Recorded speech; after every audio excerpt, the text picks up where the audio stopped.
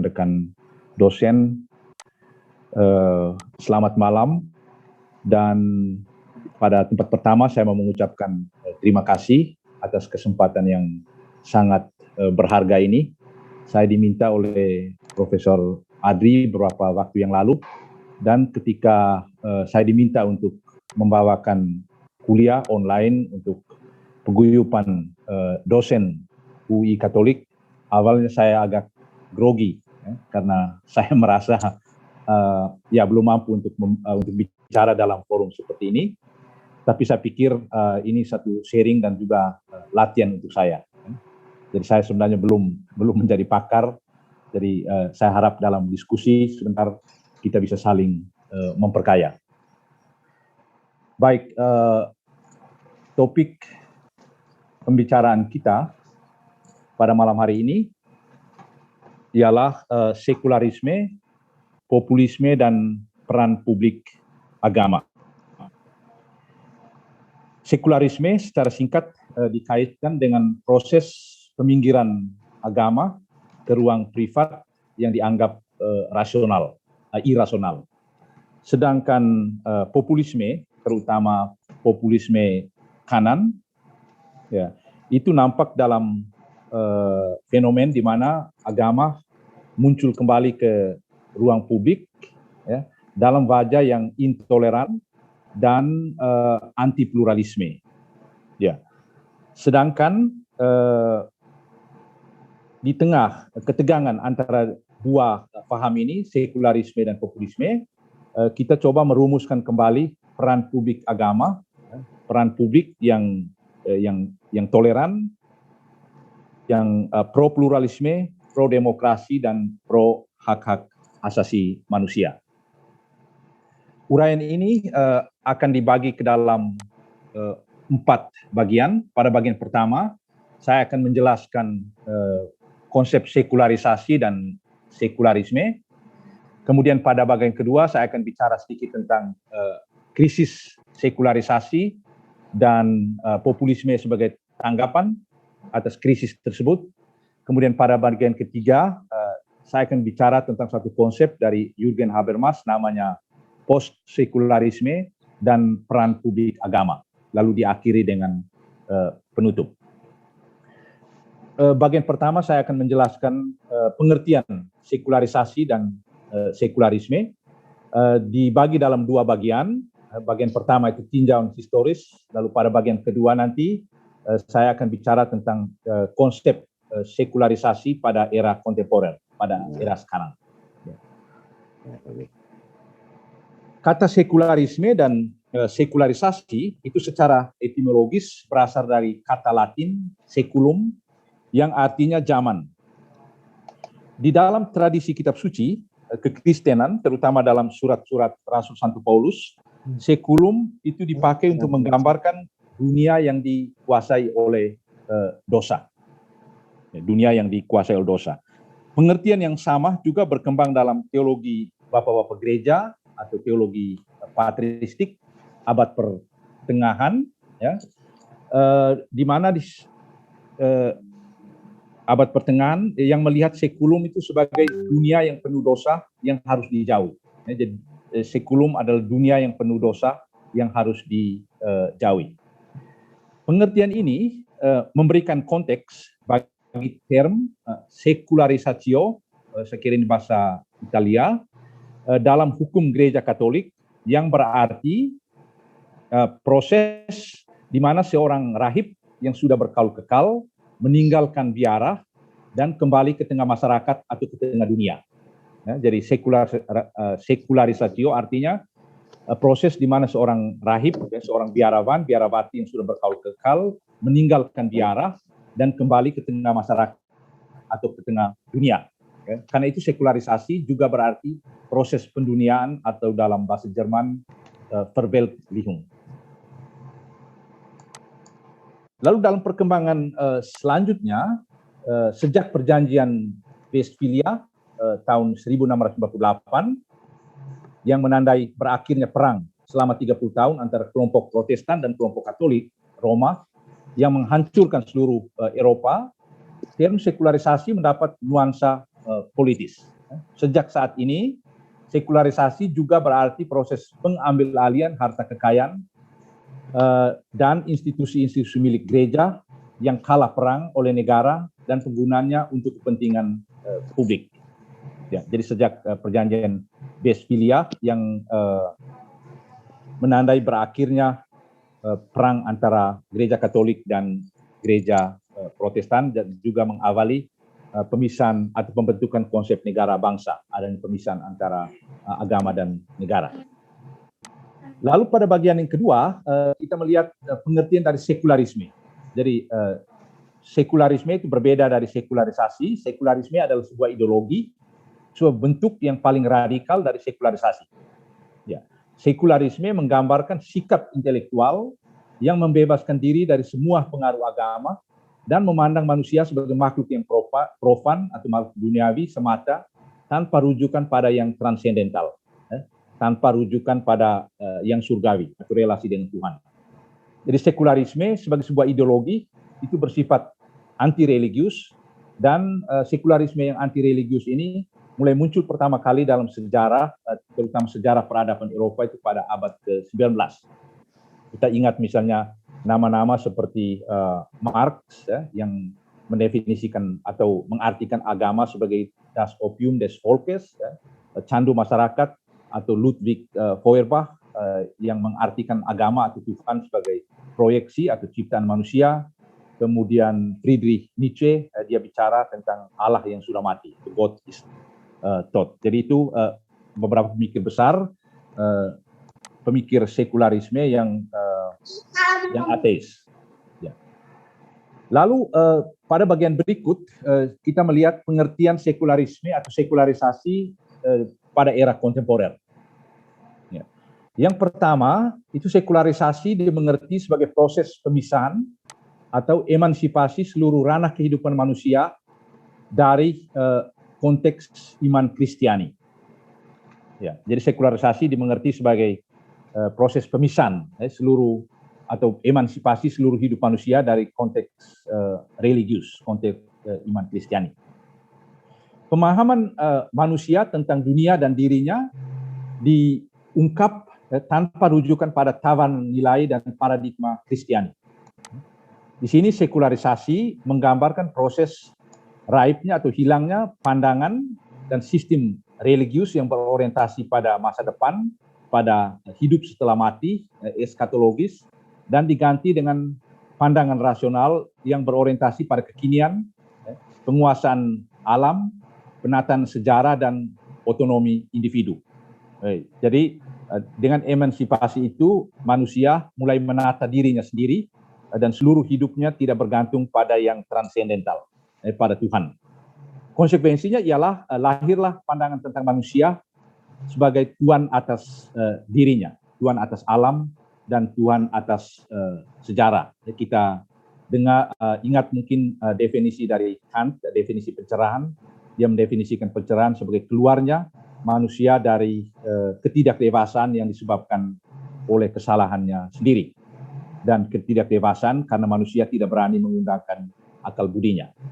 Dan sekularisasi itu sebenarnya sudah dimulai dengan proses emansipasi atau proses pencerahan itu.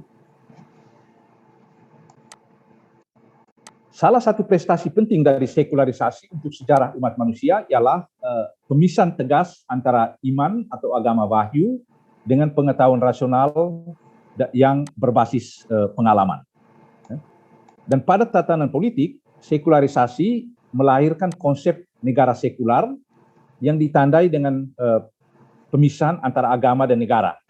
Agama itu mengurus hal-hal privat, konsep good life, tentang hidup baik, tentang kebahagiaan, tentang hidup setelah kematian, sedangkan negara itu berurusan dengan hal-hal publik, dengan pertanyaan tentang keadilan, konsep of justice. Di sini sekularisasi berarti juga desakralisasi politik. Artinya politik tidak lagi merujuk pada yang transendental, pada Tuhan. Jadi teokrasi itu diakhiri dengan proses sekularisasi.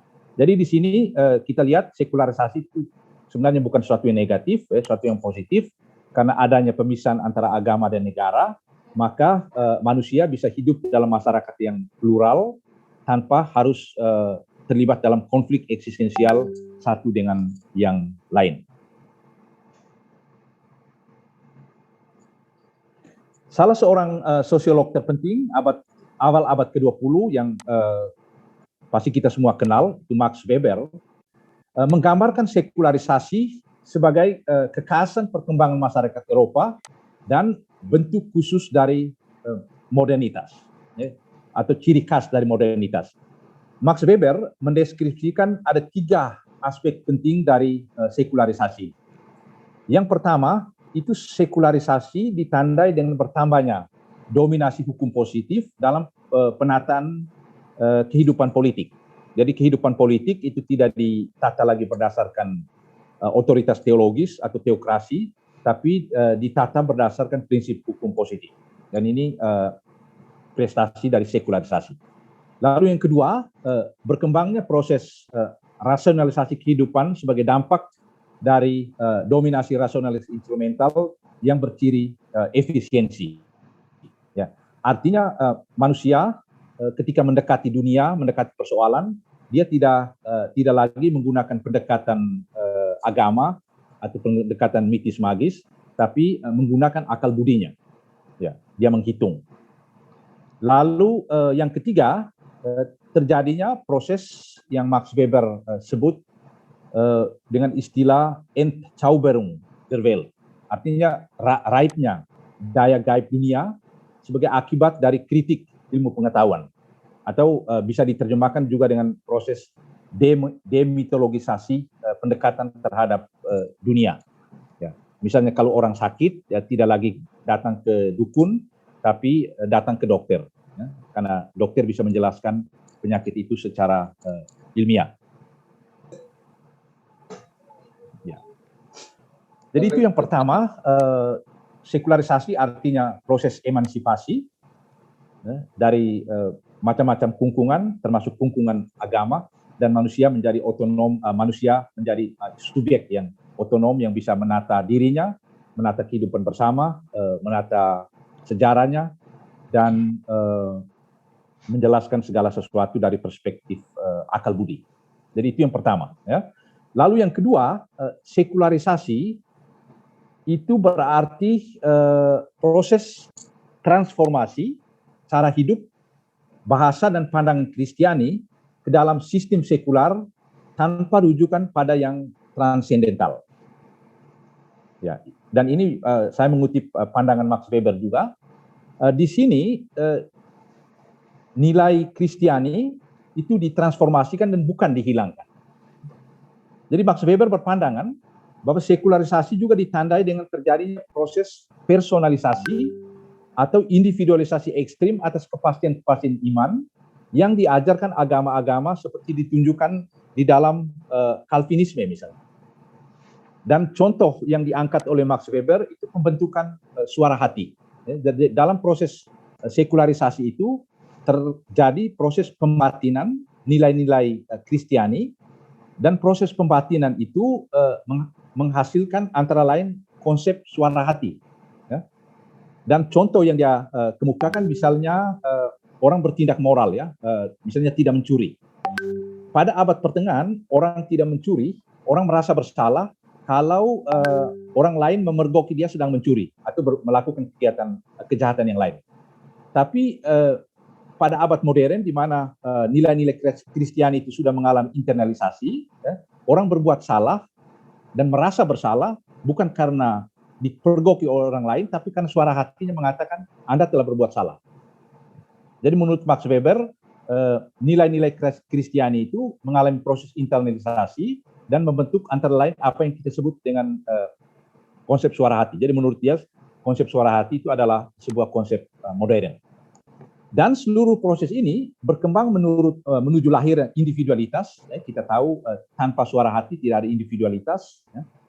Lalu lebih jauh secara sosial memunculkan sistem ekonomi yang kita kenal dengan ekonomi kapitalisme, karena di dalam kapitalisme itu orang bekerja berdasarkan prestasi, bukan karena hubungan keluarga atau karena saya keturunan bangsawan, tapi karena prestasi. Ya. Jadi ada aspek individualitas juga di sana. Lalu dalam bidang politik dia katakan terbangunnya sistem negara birokrasi. Ya. Karena dalam sistem negara birokrasi profesionalisme itu dituntut bukan karena saya memiliki relasi dengan sebuah kekuasaan atau karena saya keturunan raja dan lain-lain. Jadi menurut Max Weber, sekularisasi tidak sekedar berarti hilangnya agama, tapi proses transformasi agama menuju dimensi spiritual manusia. Namun Weber menyadari dalam perjalanan sejarah, proses rasionalisasi pada seluruh ranah sosial yang diwarnai dengan dominasi rasionalis instrumental terus mendorong agama ke ruang privat hingga akhirnya agama dipandang sebagai sesuatu yang irasional, sesuatu yang tidak bisa dijelaskan oleh ilmu pengetahuan.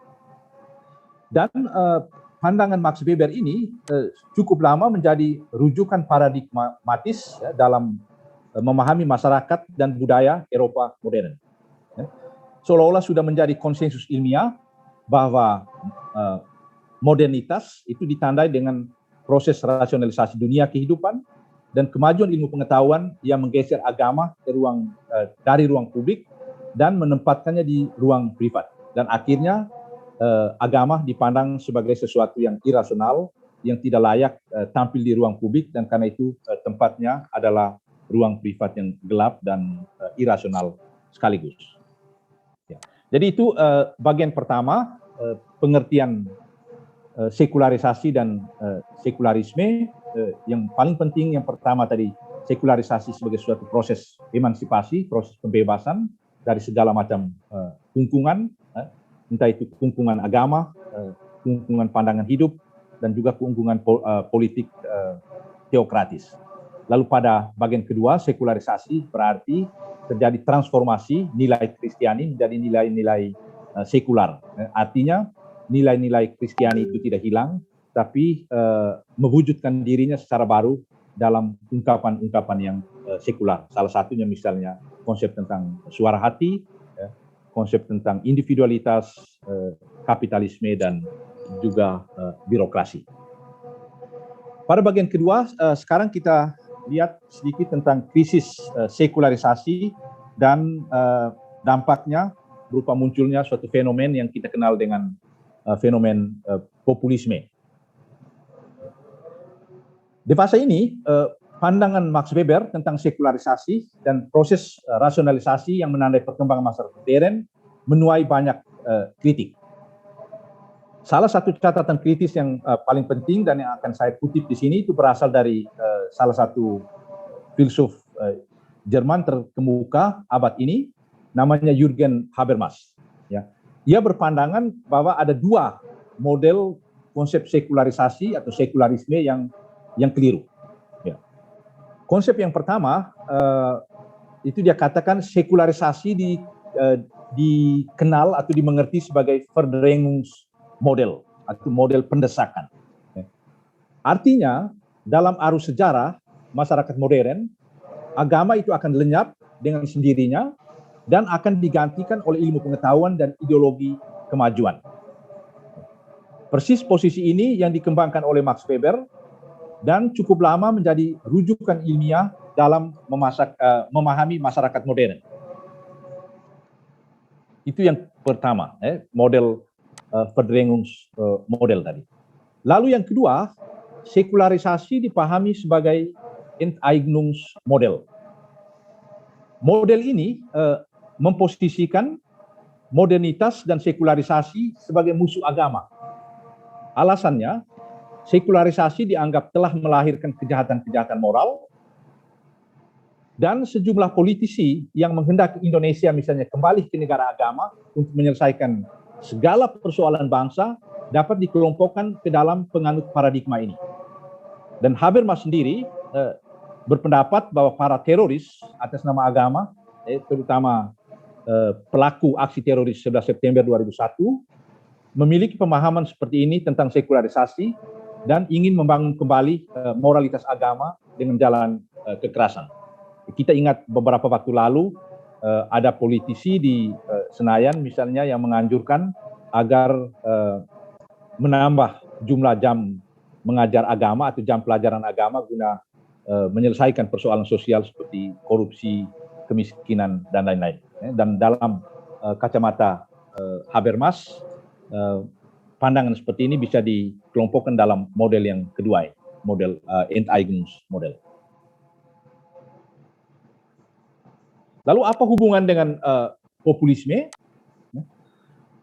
Dewasa ini protes terhadap pemingkiran agama ke ruang privat yang muncul dalam masyarakat sekular itu muncul dalam fenomen politik global bernama populisme.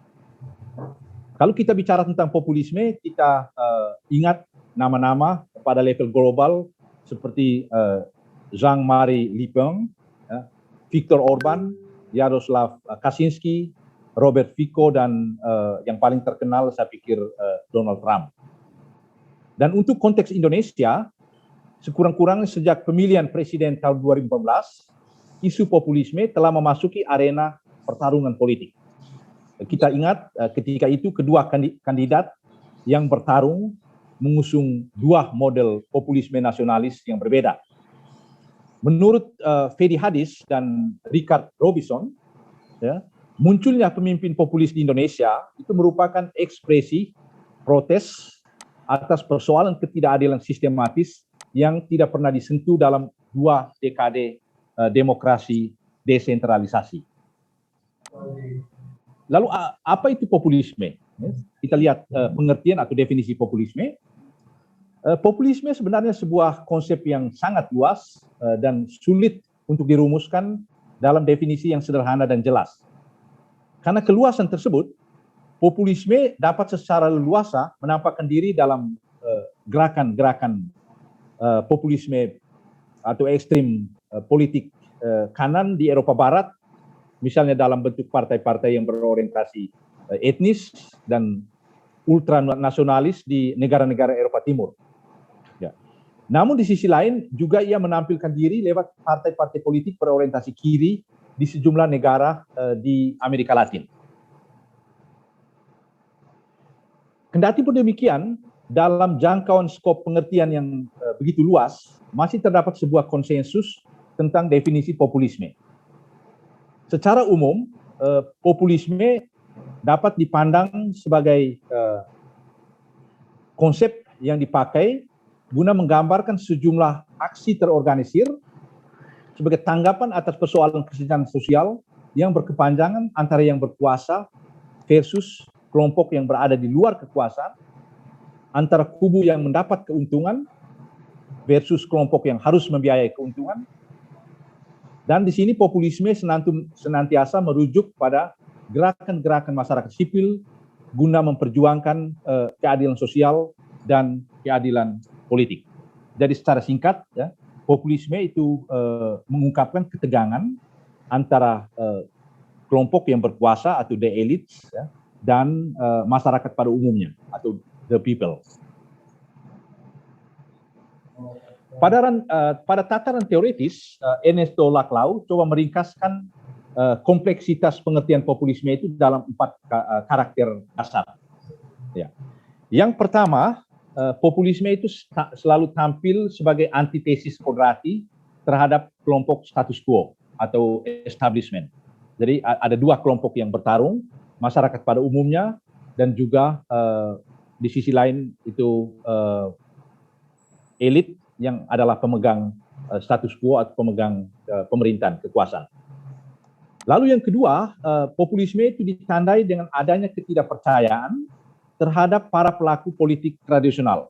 Ya, misalnya Donald Trump itu lahir karena kekecewaan terhadap politik liberal yang dikendalikan oleh neoliberalisme yang berkembang di Amerika Serikat selama 40 tahun terakhir.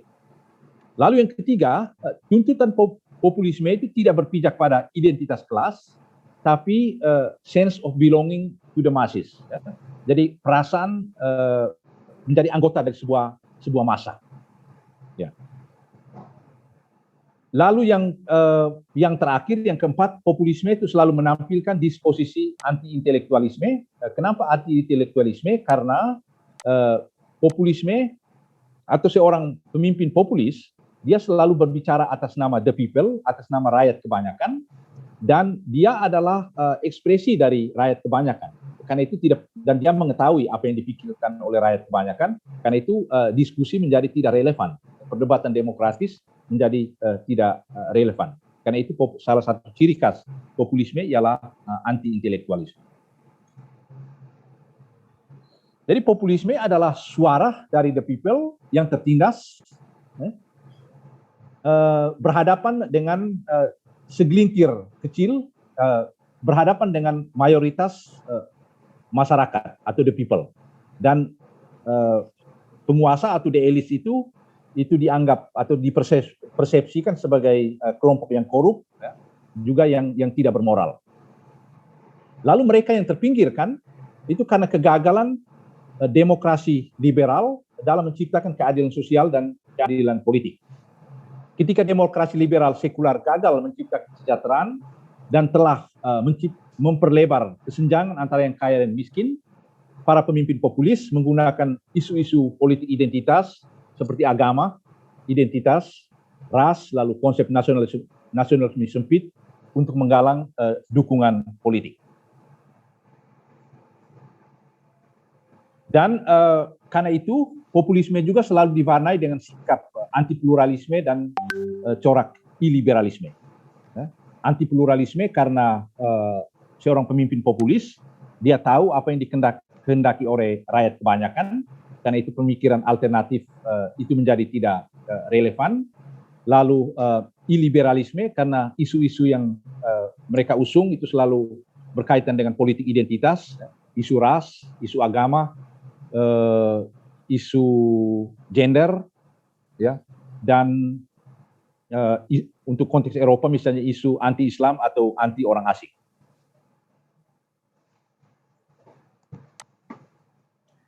Lalu bagaimana di Indonesia? Untuk konteks Indonesia, menguatnya gerakan populisme kanan itu terungkap jelas lewat gerakan pengaruh utama moralitas Islam yang konservatif dan menguatnya gerakan ultranasionalisme reaksioner sempit dalam diskursus dan praktek politik. Menurut Fedi Hadis, dominasi kedua model konservatifisme ini berdampak pada melemahnya 3 pilar penting demokrasi, yakni hak-hak liberal atau liberalisme, hak-hak privat, lalu hak-hak sosial, perjuangan untuk menegakkan keadilan sosial, lalu hak-hak kolektif itu berkaitan dengan hak-hak kelompok minoritas, entah itu minoritas etnis, minoritas agama, dan juga minoritas orientasi seksual. Hal ini lebih lanjut mendatangkan nasib buruk bagi kelompok-kelompok minoritas, ya, seperti saya sudah sebutkan tadi, misalnya kelompok LGBT, minoritas agama, perempuan, dan juga untuk konteks Indonesia orang-orang yang dicap komunis. Ya. Beberapa waktu terakhir, kalau kita misalnya agak kritis terhadap sebuah rejim, kita bisa dituduh atau komunis atau pengikut kadrun. Ya. Dan melemahnya ketiga pilar demokrasi ini membuat demokrasi Indonesia dan juga gerakan populisme sebagai kritikan terhadap demokrasi itu terperosok ke dalam pola permainan di tengah pertarungan intra-oligarkis. Dengan kata lain, populisme di Indonesia itu gagal menjadi kekuatan antagonis, kekuatan kritis terhadap oligarki, karena proses demokratisasi di Indonesia sedang ditandai dengan absennya tradisi liberalisme, itu komitmen untuk memperjuangkan hak-hak privat warga negara, hak-hak individual, dan gerakan kiri yang mengedepankan agenda sosial, keadilan sosial, atau sosialisme. Makan, Pak? Belum. Mau makan nggak? Nggak. Oke. Sekarang kita masuk ke bagian yang ketiga, bagian yang terakhir. Itu kita akan bicara tentang relasi antara populisme dan peran publik agama.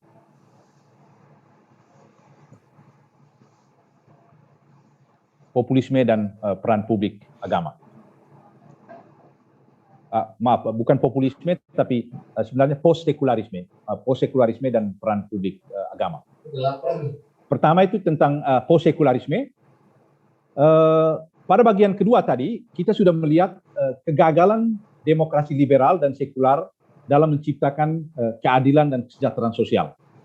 Dan kegagalan ini telah memprovokasi para pemimpin populis menggunakan isu politik identitas dalam menggalang dukungan politik elektoral. Untuk konteks Indonesia,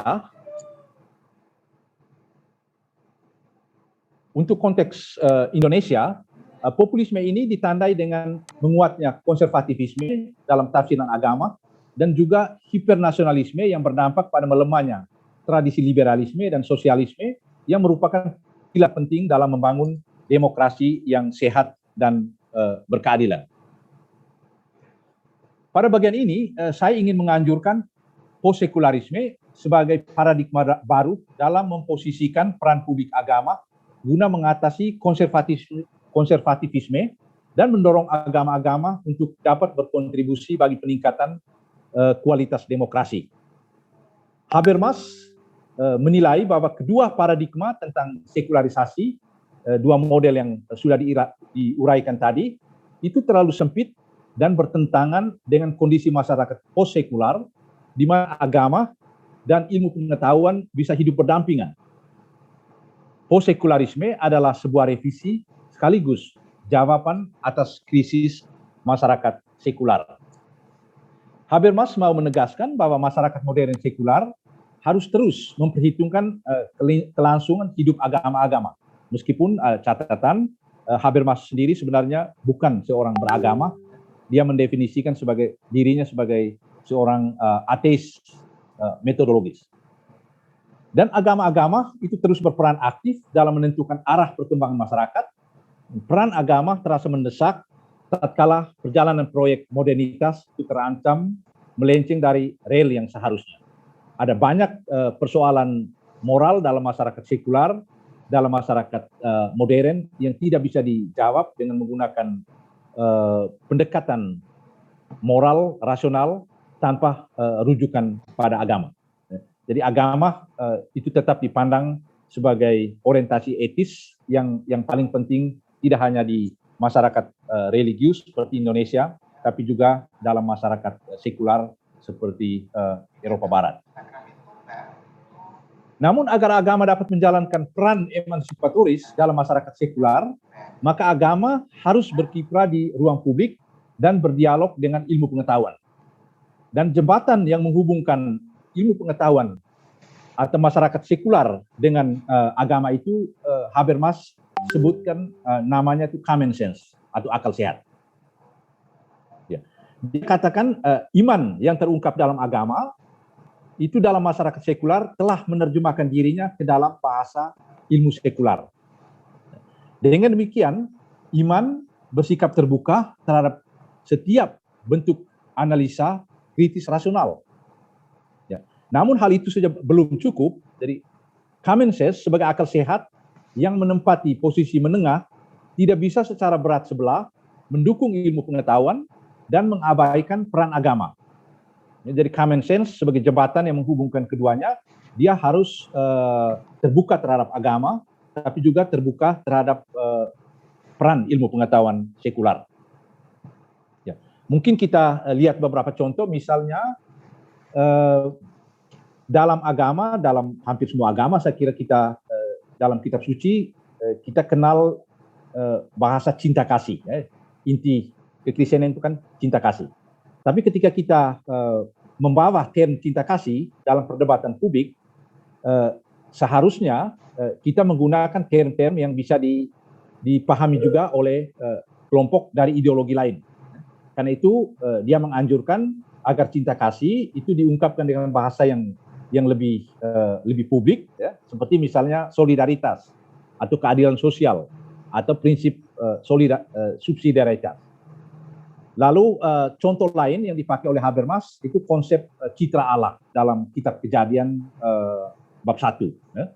Itu manusia menurut kitab Kejadian atau teologi Kristen itu diciptakan oleh Allah sebagai citranya.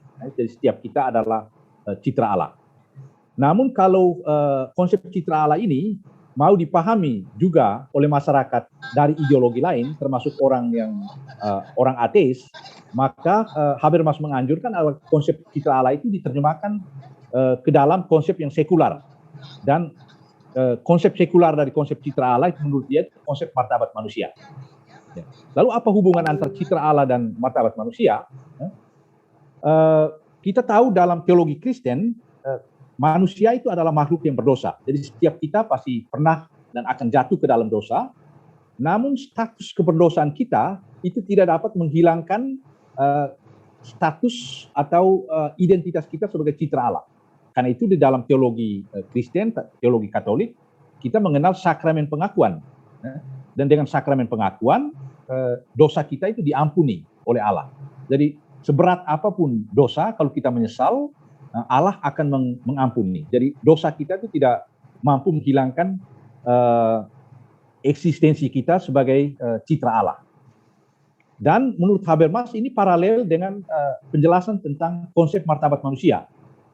Manusia itu makhluk yang rapuh dan dia bisa melakukan kejahatan.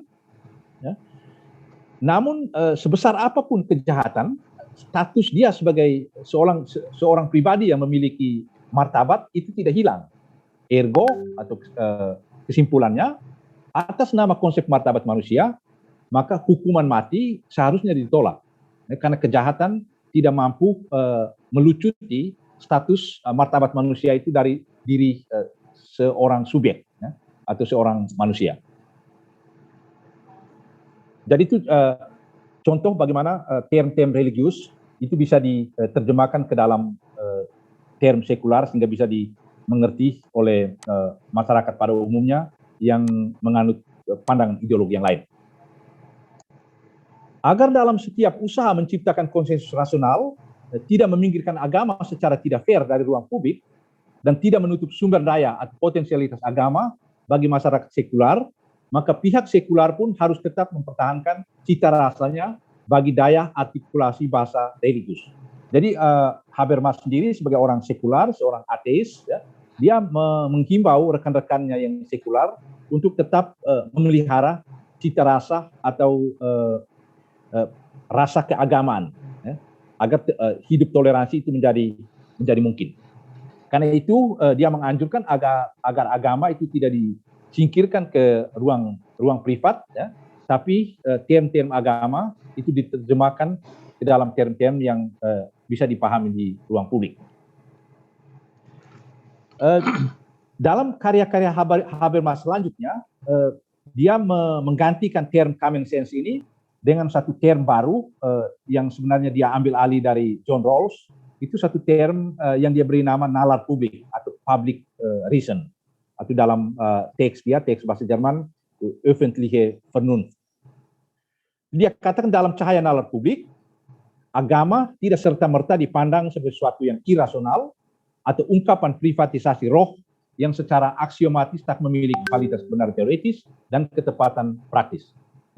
Artinya di dalam cahaya nalar publik tadi, itu agama dia memiliki relevansi epistemologis. Agama mampu menciptakan proposisi yang bisa dipertanggungjawabkan secara epistemologis, yang mengandung nilai kebenaran. Dan juga ketepatan praktis, artinya proposisi agama itu adalah proposisi normatif yang berlaku universal. Misalnya perintah jangan membunuh, cintailah sesama manusia, itu kan proposisi religius yang memiliki ketepatan praktis dan berlaku secara universal. Jadi nalar publik, sekali lagi adalah jembatan yang menghubungkan akal budi dan agama. Dan sebagai ruang dan media komunikasi dan transposisi di antara doktrin komprehensif, ideologi, agama, dan pandangan hidup partikular, nalar publik tidak saja menggambarkan keharusan politis, melainkan juga kemungkinan epistemis untuk mengkritisi proposisi masing-masing doktrin komprehensif dari sudut pandangan pihak lain. Itu artinya begini, setiap agama, setiap doktrin komprehensif, setiap ideologi, dia harus, kalau dia tampil di ruang publik, dia tidak boleh bertentangan dengan prinsip nalar publik. Kalau dia bertentangan dengan prinsip nalar publik, maka secara politis itu sulit diterima. Misalnya ada doktrin teologis yang mengajarkan orang untuk membunuh yang lain. Ya, itu kan doktrin agama yang bertentangan dengan nalar publik, dan ini secara politis agak sulit diterima. Lalu yang kedua, kesesuaian agama dengan nalar publik itu menciptakan kemungkinan epistemis. Itu artinya agar ajaran-ajaran agama itu bisa dimengerti oleh orang lain. Mungkin kita ambil contoh misalnya kasus pelecehan seksual ya dalam gereja Katolik ya. Pendekatan yang lama itu biasanya gereja mengutamakan keselamatan tabisan atau ya keselamatan panggilan ya, dan tidak berpihak pada korban. Namun sekarang terjadi perkembangan masyarakat demokratis karena ada perjuangan kesetaraan gender, keberpihakan pada korban, manusia adalah makhluk yang setara, maka sikap gereja mulai berubah. Rumusan teologis tentang ini juga mulai berubah. Sekarang itu yang diutamakan bukan lagi tabisan atau panggilan, tapi korban. Ya, dengan ini proposisi teologis dalam gereja Katolik tidak bertentangan dengan nalar publik, dan ini membuka peluang epistemis bagi gereja Katolik untuk bisa terlibat secara publik dan juga terlibat secara kredibel.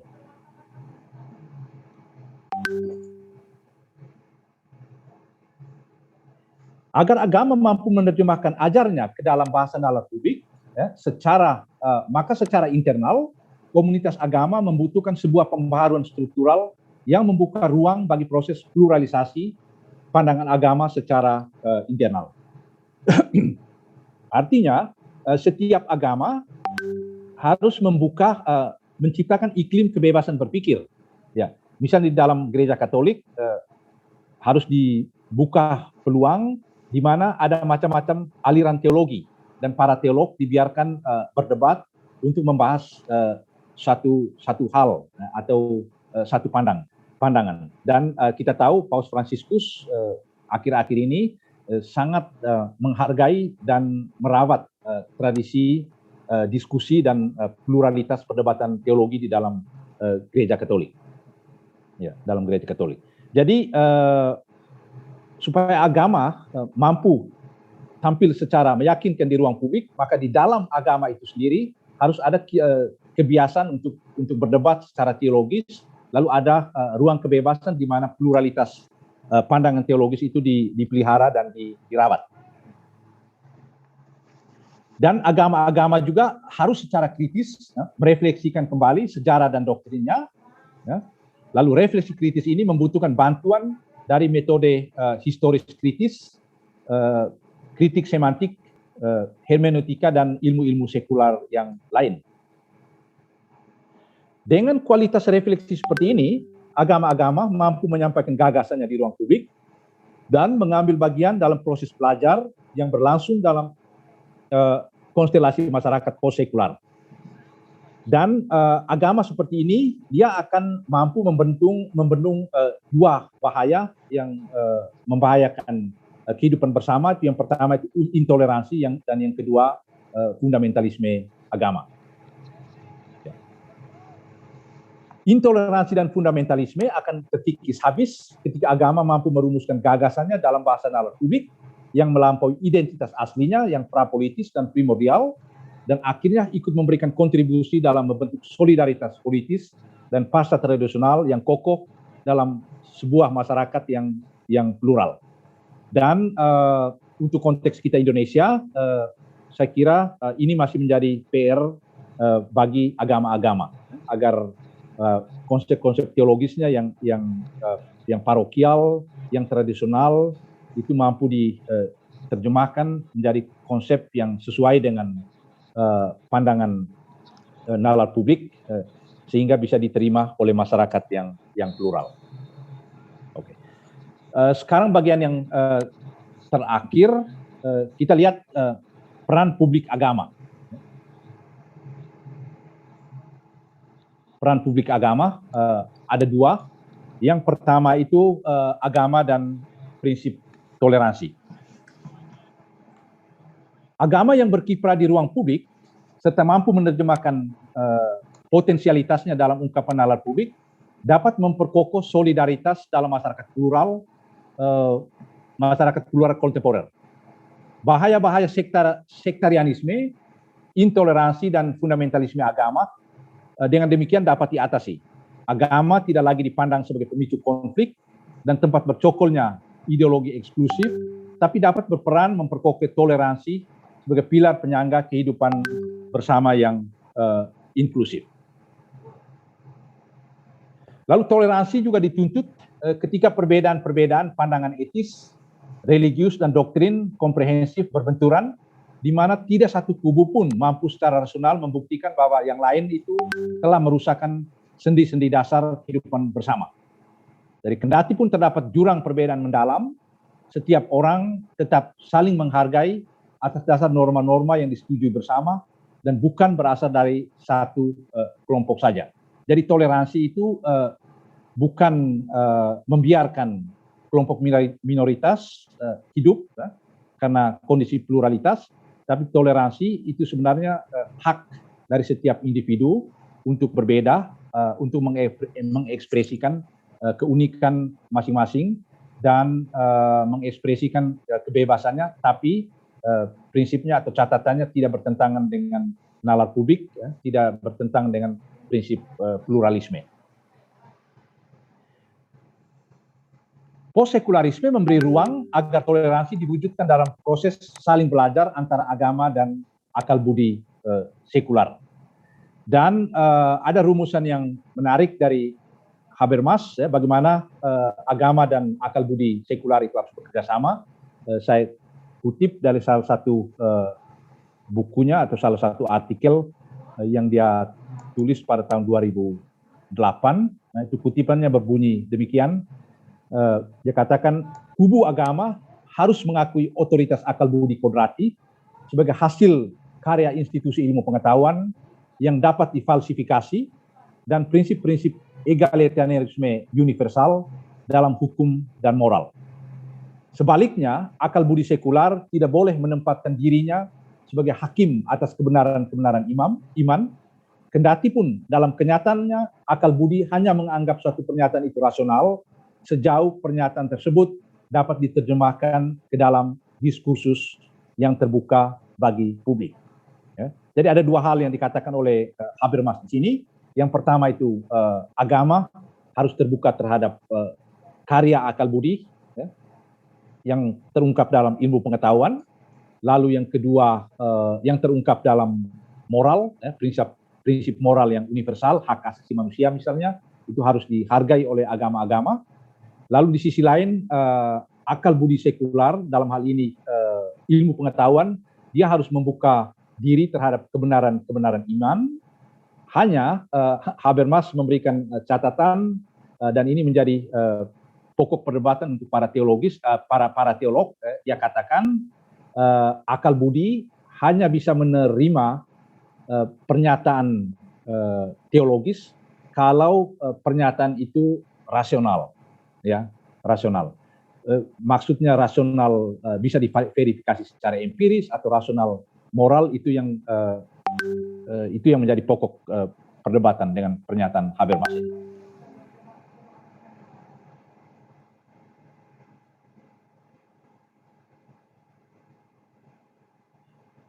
Oke, bagian yang kedua soal relasi antara agama dan postsekularisme dan peran publik agama. Dari yang pertama tadi, agama harus punya komitmen mewujudkan toleransi dalam masyarakat sekular.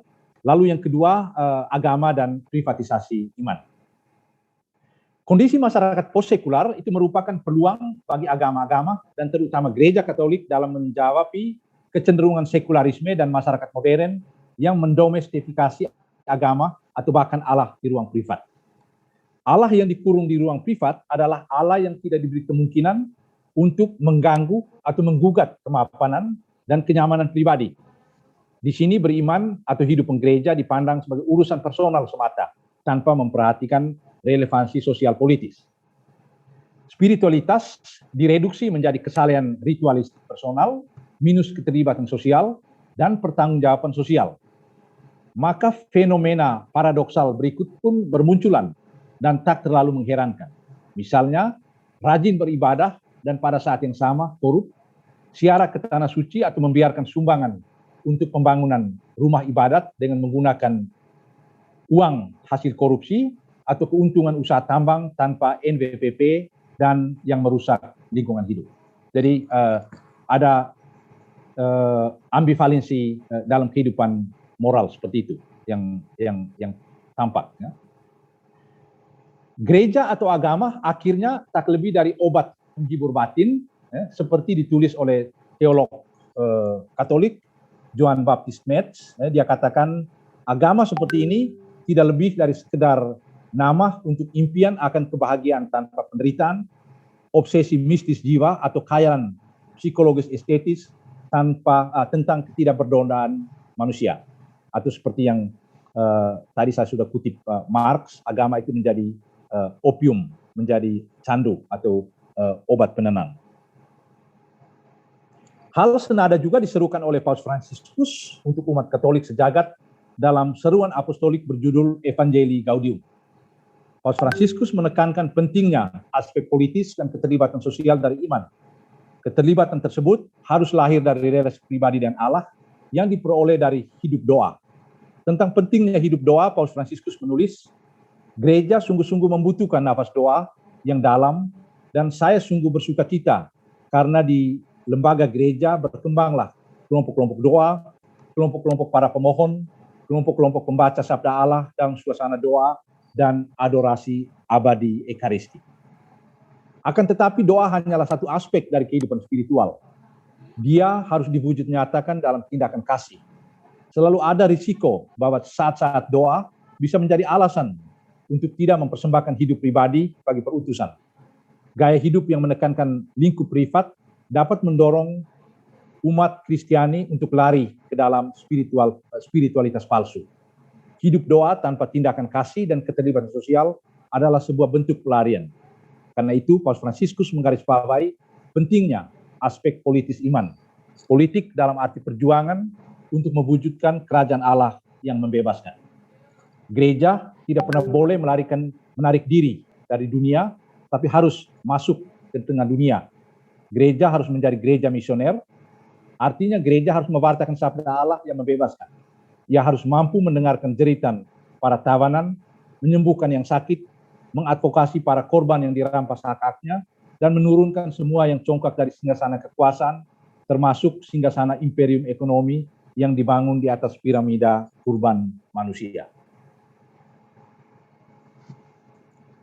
Baik, Bapak Ibu, saudara-saudari, rekan para Romo yang saya kasihi, saya sekarang masuk ke bagian terakhir penutup. Ada 1-2 catatan untuk mengingat kembali apa yang sudah dibicarakan tadi. Yang pertama itu possekularisme lahir dalam bentuk munculnya agama-agama di ruang publik. Ia adalah antitesis atas pandangan sekularisasi yang ditandai dengan peminggiran agama ke ruang privat. Munculnya agama di ruang publik menampilkan wajah ganda. Di satu sisi ia tampil dalam wajah kekerasan seperti tampak dalam berbagai bentuk fundamentalisme agama dan terorisme serta fenomen populisme kanan dalam politik global, tapi juga di dalam politik di Indonesia. Di sisi lain, agama menawarkan potensialitas moral yang dapat menyelesaikan berbagai persoalan etis publik seperti eutanasia, aborsi, krisis makna yang dihadapi masyarakat modern. Bagi agama-agama, possekularisme menawarkan sejumlah tantangan dan peluang sekaligus. Agama yang tampil di ruang publik harus berhadapan dengan kondisi ruang publik yang plural. Hal ini menuntut agama untuk menerjemahkan pesan-pesannya yang prapolitis ke dalam bahasa yang lintas agama, bahasa yang bisa dimengerti oleh semua orang dalam masyarakat yang plural. Di samping itu, agama juga dituntut untuk menghayati toleransi sebagai sebuah kebajikan demokrasi. Di samping itu, possekularisme membantu agama untuk mengatasi tendensi domestifikasi iman dalam ruang privat. Iman tidak saja berurusan dengan kesalahan ritualistik personal semata, tapi memiliki konsekuensi sosiopolitis yang diwujudkan dalam keterlibatan untuk membebaskan kaum tertindas. Interpretasi agama dalam terang possekularisme dapat mencegah menguatnya tendensi populisme kanan yang ditandai dengan penggunaan isu-isu identitas sektarian untuk kepentingan politik kekuasaan. Saya kira untuk sementara presentasi saya sampai di sini. Jadi terima kasih banyak untuk kesabaran, untuk perhatian karena presentasinya cukup panjang. Saya kembalikan mic kepada Pak Teddy. Ya, terima kasih.